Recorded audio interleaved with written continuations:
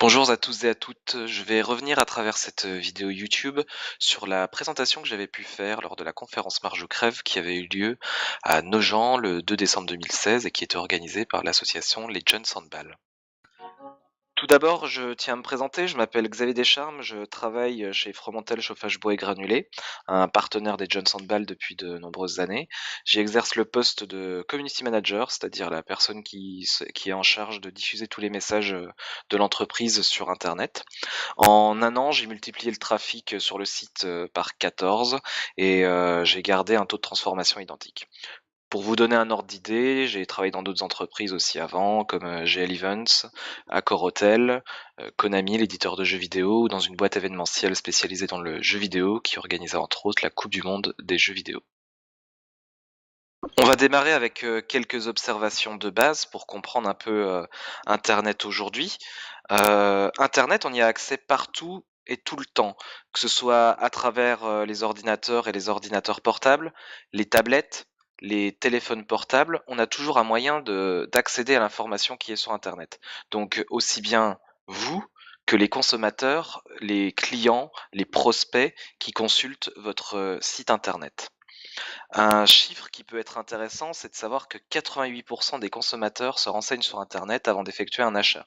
Donc, que ce soit en consultant des pages produits, en comparant les pages produits sur ce même produit sur plusieurs sites, en regardant les avis, en regardant les expériences, des vidéos YouTube, plein de choses. C'est ce qu'on apprend à travers une étude faite par l'IFOP pour Réputation VIP. Ce qui est aussi intéressant, c'est de voir que 58% des consommateurs se renseignent sur Internet, même sans aucune intention d'achat. Ça veut dire qu'il y a une véritable curiosité sur les produits, de produits dont on a entendu parler et pour lesquels on n'a pas forcément envie d'en faire l'acquisition, de les acheter, mais on voudrait savoir si, par rapport à la campagne de pub qu'on a vue, si ça vaut vraiment le coup, si les retours clients sont bons. Et enfin, un troisième et dernier chiffre qui est intéressant de savoir, c'est qu'un visiteur, quand il vient sur un site internet quelconque, un site qui l'intéresse, un site qui ne l'intéresse pas, passe en moyenne 45 secondes. Qu'est-ce que ça veut dire pour nous en tant que professionnels? Ça veut dire qu'à partir du moment où on a un site internet, il faut être percutant, rapidement et efficacement. Ce qui est intéressant avec les trois chiffres qu'on vient de voir précédemment, c'est qu'ils peuvent changer la façon dont on a envie de communiquer sur internet. On ne va plus communiquer sur internet uniquement pour de la communication pure en termes de notoriété, on va communiquer sur internet pour créer la préférence. Du coup, le site internet de votre entreprise, votre site internet professionnel, devient l'ADN de votre entreprise sur internet. C'est votre CV, c'est votre portfolio, c'est-à-dire qu'il doit montrer tout ce que vous savez faire, aussi bien au niveau théorique que pratique. Et en parallèle de tout ceci, les médias sociaux prennent vraiment le sens même qu'ils ont, le sens du mot média en latin, c'est un moyen, ce n'est pas une finalité. C'est-à-dire que si on utilise un réseau social, par exemple Facebook, on va communiquer sur Facebook pour attirer les gens sur notre site internet. On ne va pas communiquer sur Facebook juste pour communiquer sur Facebook. Il faut qu'il y ait une finalité derrière. Cette finalité qu'il y a derrière, que j'évoquais, c'est de montrer votre expertise grâce à votre, site internet. Cette expertise, vous la montrez grâce à 3 axes, majeurs. Le premier axe, quelle est votre mission? Quelle est votre mission en tant qu'entreprise grâce aux produits et aux services que vous proposez? Quelles problématiques, vous réussissez à résoudre pour vos clients?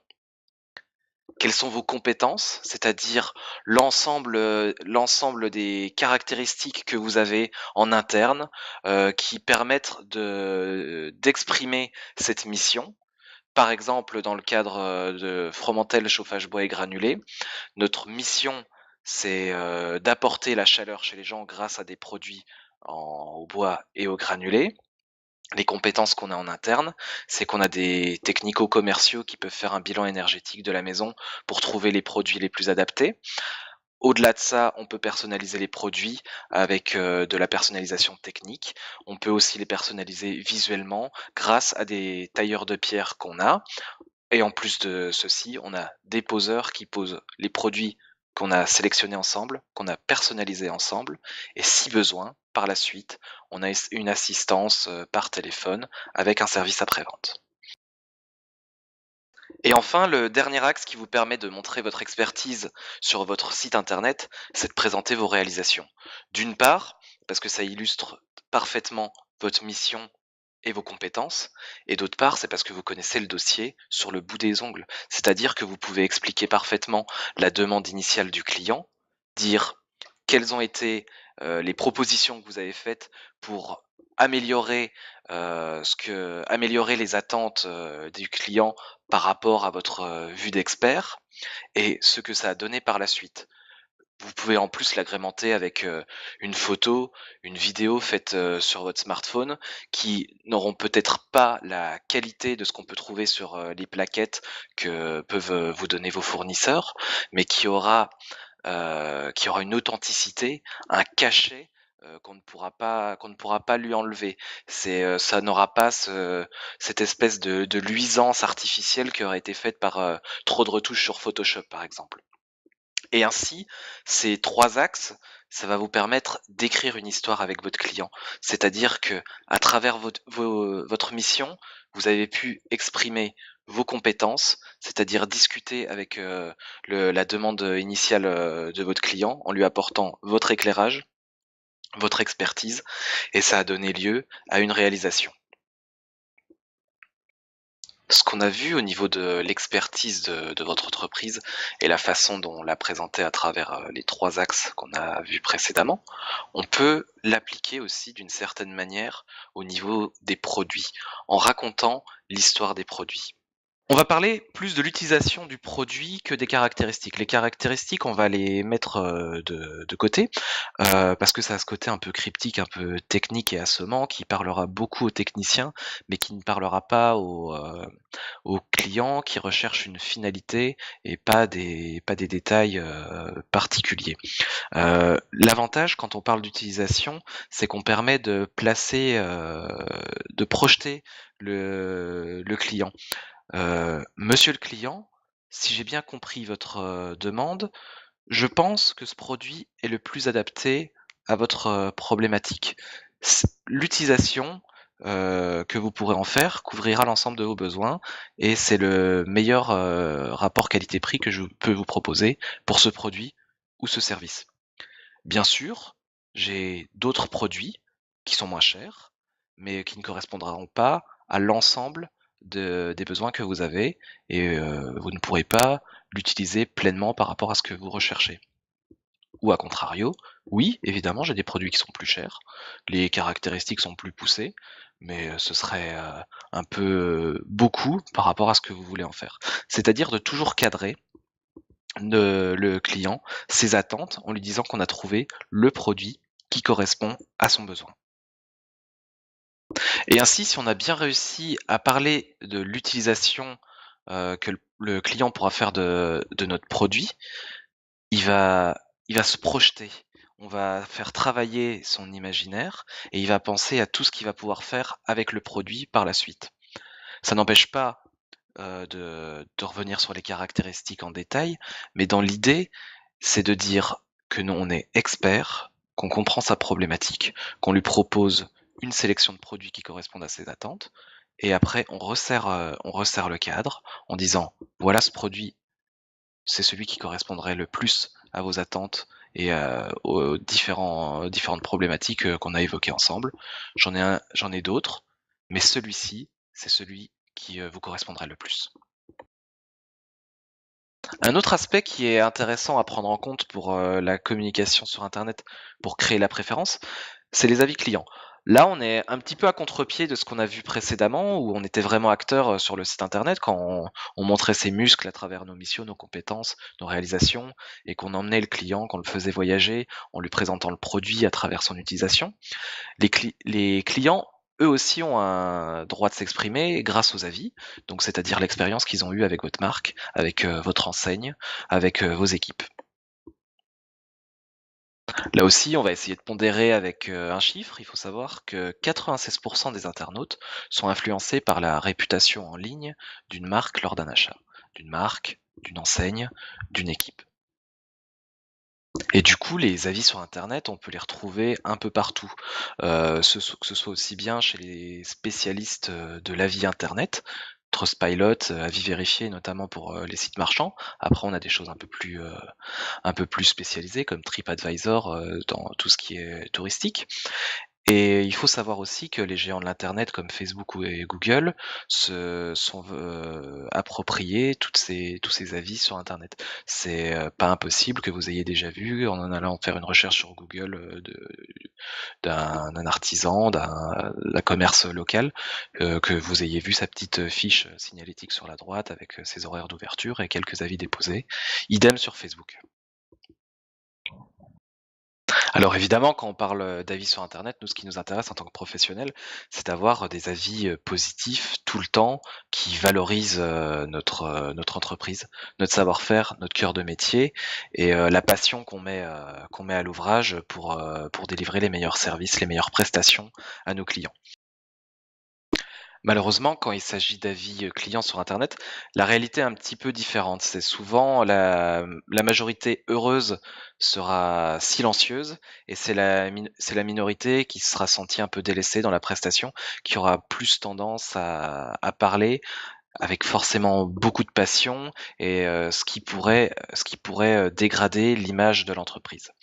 Là-dessus, c'est pas parce qu'on a un avis, négatif qu'il faut, forcément, tirer toutes les sonnettes d'alarme.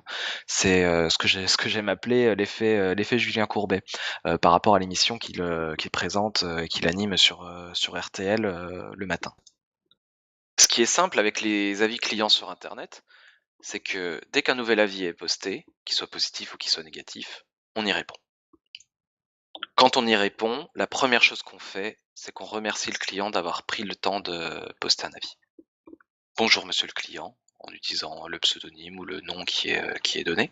Bonjour monsieur le client, merci du temps que vous avez pris pour poster votre avis concernant notre produit, concernant notre service, concernant notre prestation.